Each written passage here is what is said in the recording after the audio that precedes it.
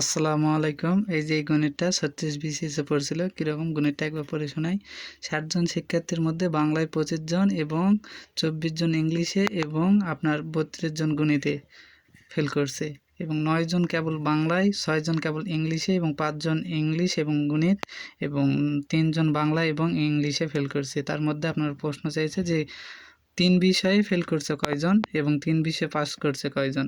এই জিনিসটা খুবই সহজে করা যাবে, সেটা হলো আপনার খুবই সহজে। যেমন শুধু ইংলিশের বিষয়টা যদি হিসাব করেন তাহলে আপনি ফেলের হিসাবটা পাবেন। ফেল কি, এই যে এইটুকু হলো 3 বিষয় ফেল, এই সংখ্যাটা আপনাকে বের করতে হবে। এই যে এই জায়গা যেটা আছে, এই যে মনে করেন আপনাকে দিলাম, আপনি এই জায়গাটাতে ইউ দিলাম, ইউ এই জায়গাটাতে আপনাকে বের করতে হবে যে এটা হলো আপনার পাস ফেলের সংখ্যা।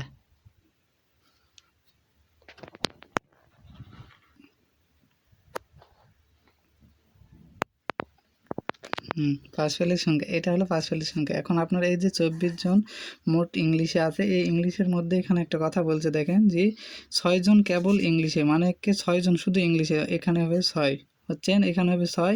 তারপর আপনার দেখেন এই বিষয়টা যে এই যে বলেছে, আর একটা বলেছে যে ইংলিশ এবং গণিত, মানে এই যে এই দুটো এই জায়গাটা 6 জন, ইংলিশ এবং গণিতে কয়জন, 5 জন, এখানে 5 জন। এবং আরেকটা বলেছে যে ইংলিশ এবং বাংলা, দেখেন ইংলিশ এবং বাংলা করছে 3 জন, এই 3 জন, তাহলে এখানে এখন 24 মিলাতে কত হবে সেটা যদি বের করেন তাহলে এই যে এই জায়গাটা বের হবে। সেটা হবে কীভাবে, দেখেন 3 আর 6 9, 9 আর 5 কত 14, তাহলে 24 করতে হলে 14 হলো 10, অর্থাৎ 3 বিষয় ফেল করেছে 10 জন এটা। আর 3 বিষয় পাস করেছে কয়জন, যদি আপনারা বুঝে থাকেন তাহলে বের করবেন, কমেন্টে জানাবেন এবং আপনাদের জন্য আকর্ষণীয় পুরস্কার রয়েছে। ধন্যবাদ।